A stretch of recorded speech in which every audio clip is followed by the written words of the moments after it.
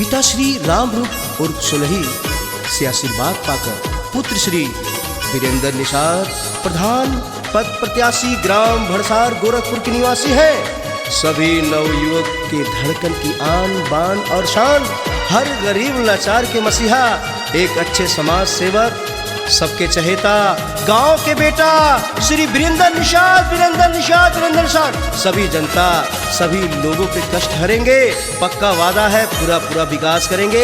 सभी लोगों से हाथ जोड़कर निवेदन है, भाइयों बहनों माताओं चाचा चाची भैया भाभी, सबसे गुजारिश है, बस एक को जानो, एक को मानो, बहुमूल्य और एक ही को विजयी बनाइए और वीरेंद्र निषाद को गांव का मुखिया एवं सेवक बनाइए। वीरेंद्र भैया को ग्राम प्रधान बनाइए। और नई खुशखबरी है, ये अपने ग्राम में एक एम्बुलेंस का व्यवस्था कर रहे हैं।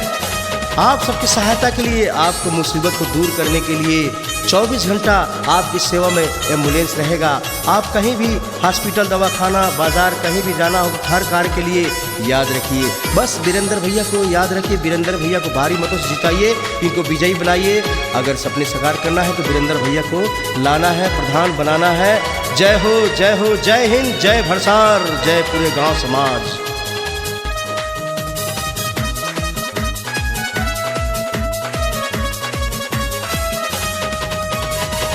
सब गरीबवन के सपना हम अब की पुराइब हो, सब गरीबवन के सपना हम अब की पुराइब हो। माई बाबूजी जब दी है मतदानवा पर धान बन के आइब हो, माई बाबूजी जब दी है मतदानवा पर धान बन के आइब हो। सुन लो भैया,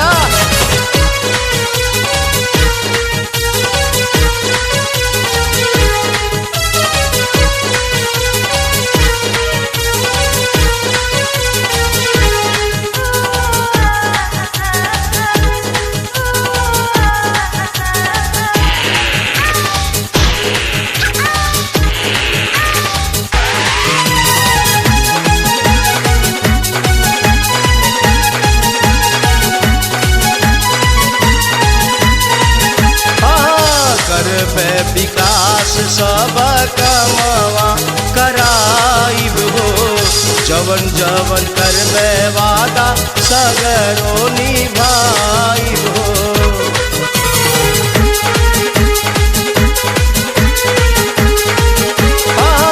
करबे विकास सब कमावा कराइब हो, जवन जवन करबे वादा सगरो निभाइब हो। सब गरीबवन के सपना हम अब की पुराइब हो, सब गरीबवन के आगे हम सबके बढ़ाइब हो। चाचा चाची जब दी है मतदानवा पर धान बन के आइब हो, चाचा चाची जब दी है मतदानवा पर धान बन के आइब हो। जय हो।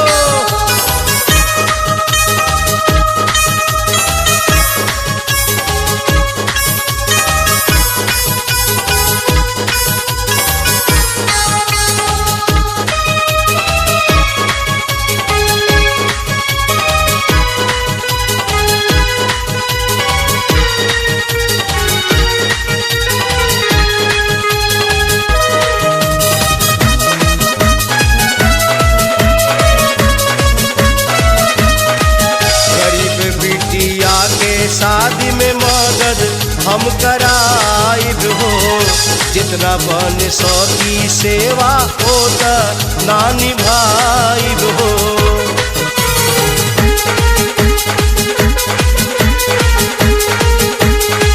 गरीब बिटिया के शादी में मदद हम कराइब हो, जितना बन सकी सेवा होता ना निभाइब हो।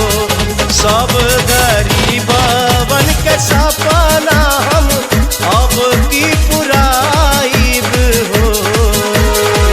सब गरीबन के सपना हम अब की पुराइब हो।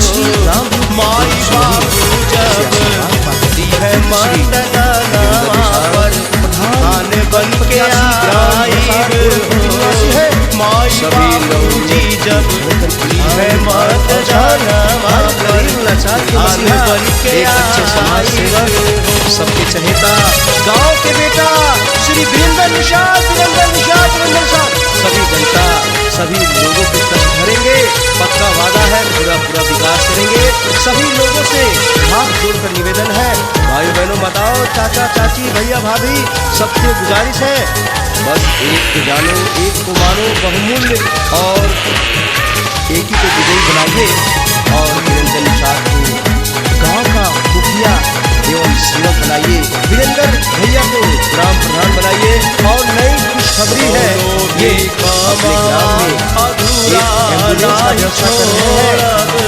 आप सबकी सहायता के लिए आपकी मुसीबत को दूर करने के लिए 24 घंटा आपकी सेवा में एम्बुलेंस रहेगा। आप कहीं भी हॉस्पिटल दवाखाना बाजार कहीं भी जाना हो हर कार्य के लिए याद सुनना भारी मदद चाहिए। विजयी बनाइए जनता के धाम बनाना है। हम जय हो जय हो जय हिंद जय भारत जय हिंद।